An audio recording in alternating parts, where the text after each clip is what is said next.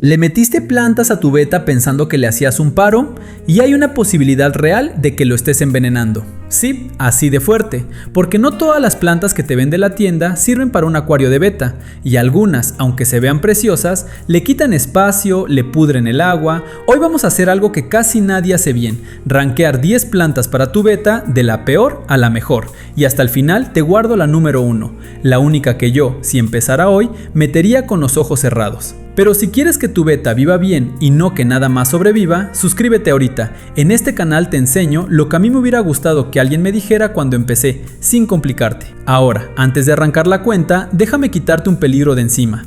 Hay 3 plantas que en cada lista de internet te las venden como de las mejores y son justamente las que no deberías comprar. La lechuga de agua, en España la conocen igual, su nombre científico es Pistia stratiotes, la elodea, que muchos venden como anacharis, Egeria densa y la bomba. El problema son especies invasoras, tan agresivas que en España y en buena parte de la Unión Europea está prohibido comprarlas, tenerlas o hasta transportarlas. Y si alguien las tira a un río, tapizan el agua y ahogan la vida que había ahí. Así que aunque las veas bonitas y baratas, para nosotros no entran a la lista. Punto. Ya con eso claro, empecemos por abajo, por la planta que muchos meten con toda la buena intención y es un error clásico. Número 10. La espada del Amazonas. En España le dicen igual y su nombre científico es Echinodorus grisebachi. Es una planta hermosa, hojas largas tipo lanza de un verde bien intenso. El problema no es cómo se ve, es su tamaño. Una sola espada del Amazonas madura puede llenar 30 o 40 centímetros de ancho y levantar hojas de más de 40 de alto. Métela en un acuario chico de beta y no le pusiste una planta, le pusiste un árbol dentro de su recámara. Le tapa el espacio para nadar, crea zonas muertas donde el agua ni se mueve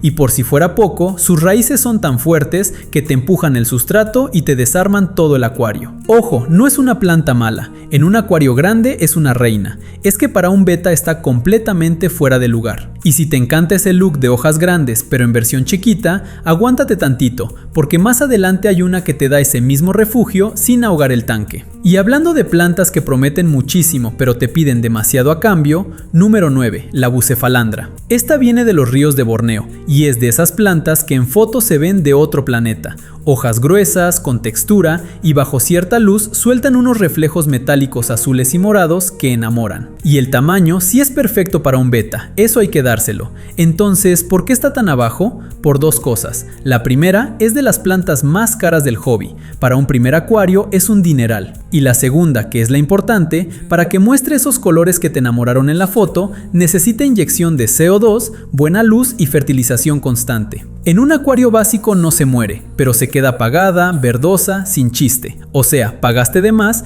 por una planta que nunca vas a ver como en la publicidad. Si apenas vas empezando, créeme que hay opciones más nobles y mucho más baratas que te van a dar más. Y la que sigue es el ejemplo perfecto de esas plantas bonitas pero traicioneras. Número 8. El bambú de la suerte. En España le dicen igual y su nombre científico es Dracena sanderiana. Y aquí va el primer golpe. No es bambú. Nunca lo fue. Es una draquena, prima del palo de Brasil, originaria de Camerún en África. Pero hay un dato más importante todavía y este sí le puede costar la vida a tu beta. El bambú de la suerte no es una planta acuática, es una planta de casa que aguanta tener las raíces y buena parte del tallo dentro del agua. Nada más. ¿Qué significa eso en la práctica? Que las hojas tienen que quedar siempre afuera del agua, siempre. Si sumerges las hojas, se pudren, y una hoja pudriéndose adentro de un acuario chico no es un detalle estético, es materia orgánica descomponiéndose, es amoníaco subiendo, y el amoníaco es veneno directo para las branquias de tu pez. Yo he visto acuarios preciosos de beta, con 3 varitas de bambú metidas hasta el fondo, y al dueño preguntándose por qué el agua huele raro y el pez está en la esquina sin moverse. Ahora, si te encanta ese look de líneas verticales limpias, sí se puede. Solo necesitas anclar bien el tallo para que no se ande moviendo y vigilar que conforme crezca, las hojas sigan estando arriba. Es una planta que te pide una sola cosa, pero no la negocia. Por esa condición tan específica está en el número 8. Se ve increíble, pero un principiante la mete mal 9 de cada 10 veces. Y de una planta que ni siquiera es acuática, pasamos a una que sí lo es, pero que casi todo mundo planta mal desde el primer día. Número 7. La planta banana. En España la vas a encontrar como banana de agua y su nombre científico es Nymphoides aquatica. Esta viene del sureste de Estados Unidos y le dicen así por unos tubérculos gorditos que le salen de la base y que parecen, literalmente, un racimo de plátanos en miniatura. Y esos tubérculos no son un adorno, ahí es donde la planta guarda sus reservas de alimento. Aquí es donde suelen equivocarse. La gente la compra, la mete al acuario y entierra los tubérculos completos en el sustrato, como si fuera cualquier planta. Y se pudren. La regla es clara, el rizoma no se entierra más de una cuarta parte de su largo. Los tubérculos van casi asomados, apoyados sobre el sustrato. Si los tapas, condenaste la planta antes de empezar. Anota eso, porque es el error que mata a esta planta. ¿Y por qué no está más arriba en la lista, si es fácil de cuidar? Por dos razones. Una, te pide luz de media a alta, más de la que trae la lámpara básica que viene con las peceras de kit. Y dos, la más importante para nosotros, le da a tu beta muy poco refugio real. Es una planta conversación, es rara, es simpática, tus visitas la van a señalar y van a preguntar qué demonios es eso, pero funcionalmente tu beta casi no la usa. Y en un acuario chico, cada centímetro tiene que trabajar para el pez, no nada más para la foto. La que sigue sí trabaja para el pez, pero solo si compras la versión correcta, y aquí la mayoría se equivoca en la tienda. Número 6. La Vallisneria. En España le dicen Vallisneria también, o cinta de agua, y su nombre científico es simplemente Vallisneria. Hojas largas, tipo listón, que se mecen con la corriente y crean unas cortinas verdes preciosas. Un pradito submarino de verdad. Y aquí está la trampa. La palabra Vallisneria no es una planta, es un género con varias especies, y algunas te van a llenar el acuario hasta la tapa. La Vallisneria gigante puede pasar del metro de alto. Métela en un acuario de beta y no vas a tener plantas, vas a tener un pastizal que te tapa la luz. La que sí sirve es la Vallisneria enana, Vallisneria nana. Hojas finísimas, casi como hilos de pasto, y una escala pensada para tanques chicos y nanoacuarios. Se reproduce sola con estolones, esos brotecitos que se arrastran por el sustrato y sacan plantas nuevas, sin nada. Un consejo, al plantarla, entierra la raíz, pero deja la corona, esa base blanquita de donde nacen las hojas, justo al ras del sustrato. Si la entierras, se pudre. Y ahora sí, el dato que casi nadie te dice y que te puede ahorrar mucho coraje.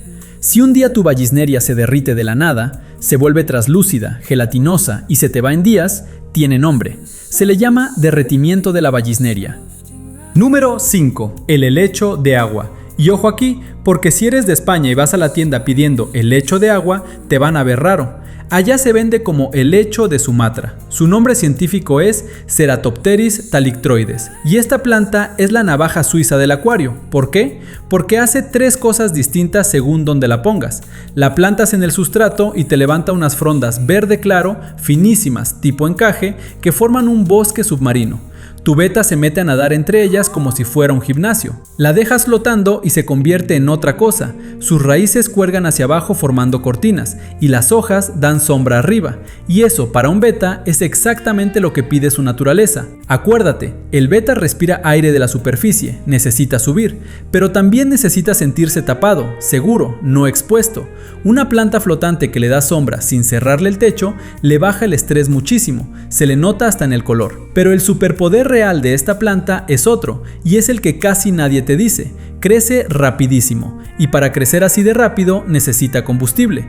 ¿Cuál es su combustible? Los compuestos nitrogenados, amonio, nitritos, nitratos. O sea, es un filtro biológico vivo. Se come justo lo que envenena a tu pez, y de paso le roba el alimento a las algas antes de que aparezcan. Por eso es de las mejores plantas que puedes meter en un acuario nuevo. Te ayuda mientras el tanque encuentra su equilibrio. Su única contra, crece tanto que hay que podarla. Y en un acuario chico, si te descuidas, te tapa toda la superficie. Pero prefiero 1000 veces una planta que hay que cortar a una que se me está muriendo. Ahora, si lo que quieres es un pastito verde en el piso de tu acuario, la que sigue es la más noble de todas. Número 4. La Sagittaria enana. En España le dicen igual, Sagittaria o Sagittaria enana, y su nombre científico es Sagittaria subulata. Esta es la tapizante para el que nunca ha hecho una tapizante, porque las alfombras verdes que ves en los acuarios de revista casi siempre llevan CO2 inyectado, luces carísimas y un aficionado con años de práctica. La Sagittaria no. La Sagitaria te hace un césped sin C o2, con luz normalita y sobrevive hasta en agua dura. Se propaga sola con estolones, manda unos brotecitos rastreros por el sustrato y de ahí nacen plantas nuevas. Tú no haces nada, solo esperas. Y aquí viene el dato que le va a resolver la vida a más de uno. Si compraste Sagitaria esperando una alfombra bajita y lo que te creció fueron unas hojas altas, tipo pasto largo, no te la vendieron mal. Y no la estás matando. La Sagitaria cambia de forma según la luz que le llega. Con luz de media a alta que pegue fuerte en el sustrato, se queda compacta, chaparrita, de 5 a 10 centímetros. Alfombra. Con poca luz, estira las hojas para arriba buscando energía y te crece de 15 a 30 centímetros. Ya no es alfombra, es una planta de plano medio. No está enferma, está adaptándose. Y esto pasa muchísimo con las lámparas básicas que traen las peceras de kit, así que si quieres el césped, no cambies de planta, sube la luz. Un tip al plantarla: separa cada rosetita unos 3 o 4 centímetros con unas pinzas. Parece que quedó vacío. En unas semanas se cierra sola. Ojo con una cosa, sí, los caracoles grandes se la comen. Fuera de eso, es de las plantas más agradecidas que existen, y para un beta, que es un pez que descansa mucho en el fondo, tener piso vivo en vez de grava pelona cambia todo. Y ya entramos al podio. Las 3 que siguen son, para mí, las que de verdad importan. Empezando por una que ni siquiera necesita sustrato para vivir. Número 3. El musgo de Java. En España le dicen igual, musgo de Java, y su nombre científico es Taxiphyllum barbieri. Y arranco con un dato que te va a servir para presumir. El musgo de Java no es de Java. Los botánicos solo lo han encontrado creciendo silvestre en Vietnam. Le pusieron mal el nombre hace décadas y ya nadie se lo quitó. Ahora, ¿por qué está tan arriba? Porque hace cosas que ninguna otra planta de esta lista hace al mismo tiempo. Primero, no tiene raíces de verdad. Se agarra a la madera y a las piedras con unos filamentos llamados rizoides. Eso significa que no ocupa ni 1 centímetro de tu sustrato. Lo amarras con hilo de pescar a un tronco y en unos meses ese tronco parece un árbol de bosque submarino. Segundo, aguanta lo que sea. Temperaturas de 12 a 34 grados, un rango de pH enorme. Luz alta, luz baja, le da igual. Y tercero, el que más me gusta. Cada hebra de musgo es superficie para que colonicen las bacterias buenas, las que procesan el amoníaco. No es adorno, es infraestructura biológica. Un solo cuidado: si lo dejas engordar más de 3 o 4 centímetros, la luz ya no le llega abajo, se pone amarillo y se suelta. Podarlo de vez en cuando lo mantiene sano y verde. ¿Y tu beta? Ese que se la pasa buscando dónde esconderse, va a vivir metido ahí adentro. Ya solo quedan 2, y las 2 vienen del mismo lugar en la naturaleza, pegadas a las rocas de un río, sin tocar el suelo jamás. Número 2. El helecho de Java. En España le dicen igual, y aquí va un detalle que hasta a los expertos se les pasa. Durante décadas su nombre científico fue Microsorum pteropus. Hoy los botánicos lo reclasificaron, es Leptochilus pteropus. En la tienda lo vas a ver con los 2 nombres, así que no te asustes. Y como el musgo de Java, tampoco es de Java. Se encuentra sobre todo en Malasia, Tailandia y el sur de China. Al parecer, en el acuarismo todo lo que suena exótico se llama de Java. Ahora, esta planta es de las pocas que puedes maltratar y te lo perdona. Luz baja, luz media, le da igual. Temperatura de 20 a 28 grados, cualquier acuario tropical. Agua blanda, agua dura, ni se entera. No necesita CO2, no necesita sustrato nutritivo, no necesita nada. Y para un beta específicamente, lo que la vuelve tan buena son sus hojas. Anchas, firmes, casi coriáceas. Porque hay algo del beta que muchos no saben. No es un pez que nade sin parar, es un pez que se posa. En la naturaleza se recuesta sobre hojas, se queda ahí, quietecito, a media altura, descansando. Un helecho de Java le da exactamente eso, hamacas naturales. Vas a ver a tu pez tumbado sobre una hoja como si fuera un sillón. Y eso no es capricho, es un pez que se siente seguro. Se reproduce solo, además. Le salen plantitas bebé en las puntas de las hojas viejas. Cuando están listas, se sueltan y se van a buscar su lugar. Una planta te vuelve 10 sin que hagas nada. Pero tiene una regla, una sola, y si la rompes, la matas. El helecho de Java no se planta en el sustrato. Tiene un rizoma, que es ese tallo grueso y horizontal de donde salen las hojas y las raíces. Ese rizoma tiene que quedar siempre por encima de la grava, al aire del agua. Si lo entierras, se pudre, y se lleva a la planta con él. Entonces, ¿cómo se pone? Se amarra. con hilo de pescar o hilo de algodón, a un tronco o a una piedra. Con el tiempo echa raíces propias y se agarra sola. Ahí ya le quitas el hilo. En la naturaleza vive justo así, pegado a las rocas de un río sin tocar el fondo jamás. Cuando lo entierras, estás peleándote con millones de años de evolución. Y esa misma regla es la que gobierna a la número 1. Número 1. La Anubias. Anubias barteri, en su variedad nana, la enana, o la petit, que es todavía más chiquita. Y esta planta, mi amigo, entendió la tarea antes de que existiera la tarea. Viene de África Occidental, Nigeria, Camerún, Gabón. Crece en las orillas de los ríos, pegada a las rocas y a los troncos, bajo la sombra de los árboles. A veces detrás de una cascada, entre la neblina. Nunca al sol directo, nunca enterrada. Y todo lo que necesitas saber de ella está en esa descripción. El tamaño. La nana rara vez pasa de 15 centímetros. Es exacta para un acuario de beta. Da refugio de verdad sin robarle el espacio para nadar. Las hojas. Gruesas, duras, casi de plástico, prácticamente indestructibles. Los peces que muerden plantas no le hacen nada, y su verde oscuro hace que los colores de tu beta se vean el doble de intensos. El mantenimiento no existe. Crece tan lento que puede tardar un mes en sacar una hoja. Suena a defecto, pero es su mayor virtud. Nunca vas a tener que podarla, nunca se te va a desbordar, nunca te va a dar trabajo. Y aquí viene lo contraintuitivo. Aguanta el paso porque esto casi nadie lo dice. Como crece tan despacio, si le pones demasiada luz, las algas le ganan la carrera y le tapizan las hojas, y la Anubias no se puede defender. Sí, leíste bien, a esta planta hay que darle sombra. Ponla en un rincón o debajo de una planta más alta y va a estar feliz durante años. Literalmente años. Una Anubia sana vive muchísimo tiempo.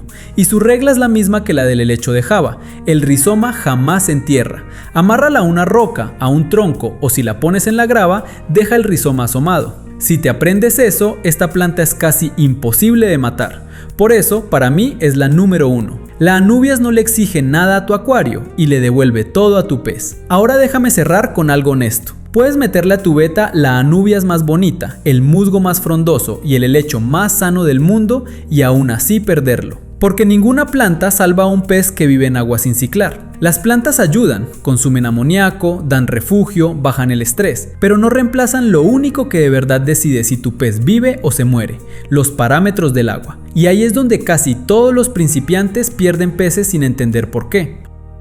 Oye, espera, no te vayas todavía. En el video que sigue te explico exactamente eso. ¿Qué es el ciclado? ¿Qué son los parámetros del agua? Y cómo saber si tu acuario ya está listo o si sigue siendo una trampa para tu pez. Sin química complicada, explicado para que cualquiera lo entienda. Es, sin exagerar, el video más importante de todo este canal. Ahora sí, checa el que sigue.